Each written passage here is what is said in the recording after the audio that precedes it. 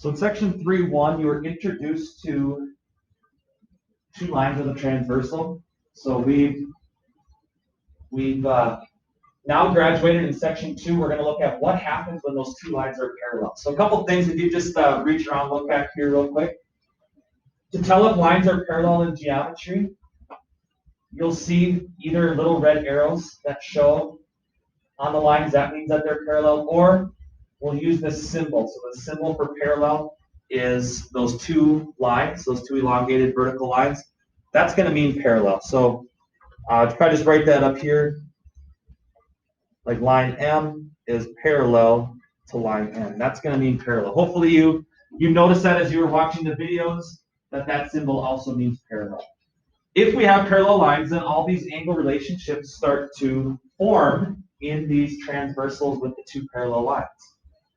What you'll notice is that you'll get two pods of angles. You'll get a pod of 4 angles, like so, and you'll get another pod of 4 angles, like so. And those angles, between all 8 of those angles, they have special relationships, and that's the names that we've given that are back here that I've put on our whiteboard to represent those angles. So the types of angles we'll see are alternate interior angles. We'll talk about that one in a second when we do the first problem. Alternate exterior, same side exterior,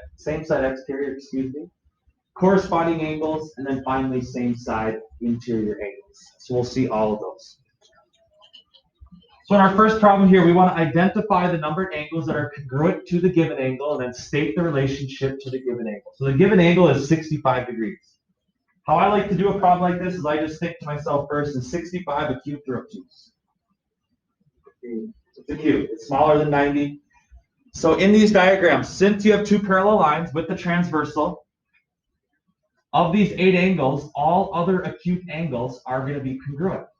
So we start looking for other acute angles. So angle 1, that's acute. So the measure of angle 1 is going to be equal to this acute angle, 65. And you keep looking at the other pod. Which angles are acute in this pod down here? 4 and 7. So measure of angle 4, measure of angle 7. So those are my 3 angles that are congruent to the given angle. Any other acute angle in this diagram is going to be congruent to 65. If my lines are parallel. That's the big if. They have to be parallel, then that transversal is going to hit at the same angle on both of those lines, makes all those congruent. Now the second piece is kind of the theme of geometry, is we have to explain our answer. So we have to say, why are those congruent? So first is angle 65 and angle 1. So when you're looking at 65 and 1, we're only looking at this pod of 4 angles. That's it. And we're looking at 65, which is on this side, and then angle 1, which is directly opposite. So we have this X formation forming with all 4 angles. 65 and 1 are opposite of each other. That is called vertical angles. So that is something we've talked about in the previous lessons. But anytime you have an X formation, those angles that are opposite are called vertical angles. So that's our reasoning. That's why angle 1 and 65 are each other. I just put VERT and then the angle symbol with a little apostrophe S just to kind of shorten that up. So we've got angle 1. There's our reasoning. Now we move on to the other angles. So next, let's take a look at angle 4. So why is angle 4 equal to 65? So again, we've got 65, which is part of this pod of angles. And then we've got angle 4, which is part of this pod of angles. We look at 65. I kind of think of these as kind of like directions. Like this is kind of in the northeast quadrant, northwest, southwest, southeast. So 65 is kind of in this lower left region. Angle 4 is also in that lower left region. So just kind of to visualize that, they're both in this same region. They're both in that lower left. If they're both in the same position, what that is called is corresponding. So they're both in the same position, just on the different parallel lines. So the 65 is in the lower left on that top pod. the angle 4 is in the lower left on that lower pod, that means that they are corresponding to each other. So another type of angle that we can use is corresponding angles, which also shows that they are congruent. So 65 is going to be congruent to angle 4. And lastly, we've got measure of angle 7. So we look at 65 and 7. They are part of this group of angles. This group of angles are called interior angles. So anytime you're in between the two parallel lines that you're dealing with, these 4 angles inside of here are called your interior angles. And then, moreover, you're looking at, you got 65 is on this side of the transversal on the left, 7 is on the right side of the transversal. They're on opposite sides of the transversal. That's called alternate interior angles. So we've got 65 on this side, 7's on the opposite side.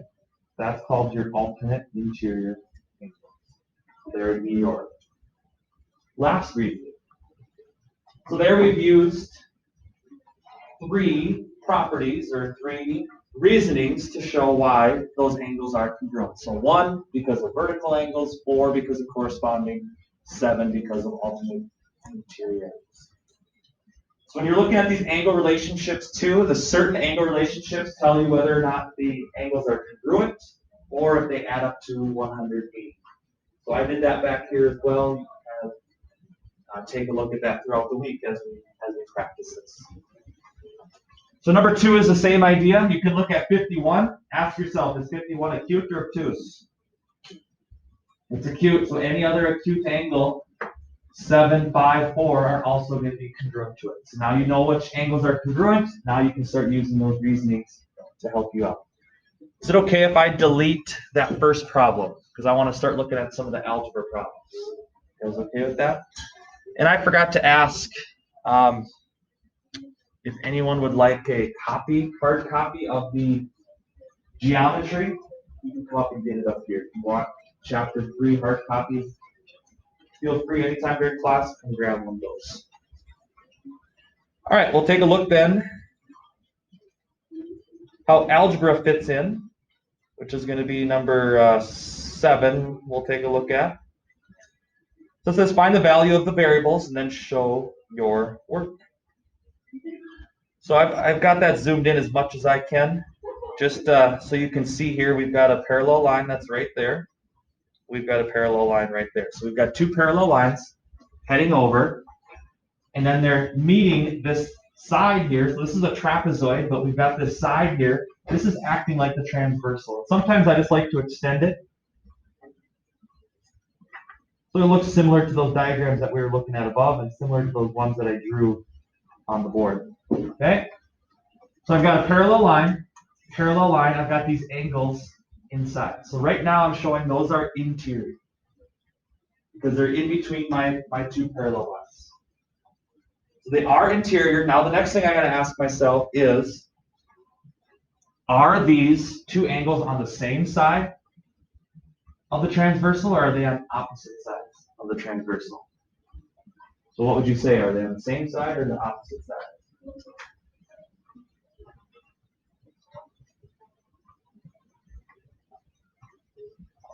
What do we think?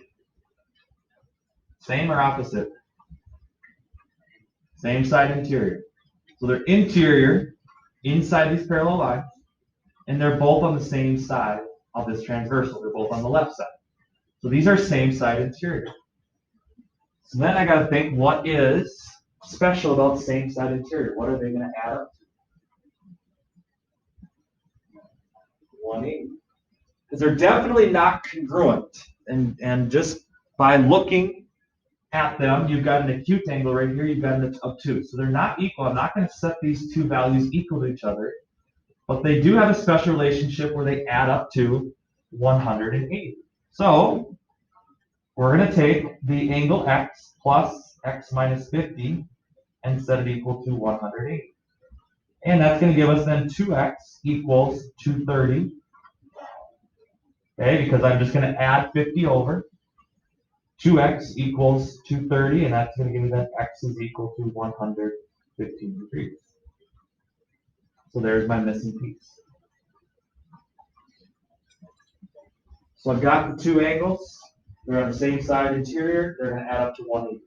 The other types, if you have, like let's just say for example's sake, if you had an angle here, we'll call it y. An angle here, z. Same side exterior as well. These two angles, they will also add up to 180 degrees. So this now is an acute angle, this is an obtuse angle. These two are going to add up to 180 degrees. So same side exteriors are also going to add up to 180 degrees.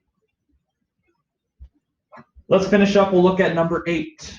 So number 8, my parallel lines are those two at the top there. And then, I wish I could zoom that in a little more, but I can't. And then we've got angles right here and right there are the two angles we're looking at. So here's your transversal right there, and then we've got those two angles. Well, we do have, with these parallel lines, if I would extend these parallel lines out, I do have a pot of 4 angles right here, and I do have a pot of 4 angles right here. So I've got that same relationship that we're looking at above. This angle's in the lower left, this angle's in the lower left. So if I look at all 4 of those angles, this is lower left, this is lower left. So if they're both in the same position, those would be called your corresponding, and then correspondings are congruent. So if my angles are congruent, what am I going to do algebraically? I'm going to set them equal to each other. So I'll take 3x minus 10 equals x plus 40. Solve it all out. I'm going to get 2x equals 50. X then is going to equal 25. So if my angles add up to 180, I'm going to set up my algebra to add up to 180. If my angles are congruent, like corresponding alternate interior, alternate exterior, if they're congruent, I'm going to set them equal to each other. So those are the only two options we have. We're either going to add them up to 180 if they're a certain relationship, or we're going to make sure that they are equal to each other. If you need help with identifying, so up here, this is going to help you with your algebra too. So when you have same side interior, same side exterior, you're going to add up to 180. Otherwise, you're setting them equal to each other. I'm going to leave it at that. So I'll leave this up here so you can finish copying this if you need to. I have extra hard copies for chapter 3 if you need to come and grab that. But the rest of the time is yours. If you have any questions for me, I'll be coming around to help out. All right. We've got about 20 minutes of class left to continue working through chapter 3.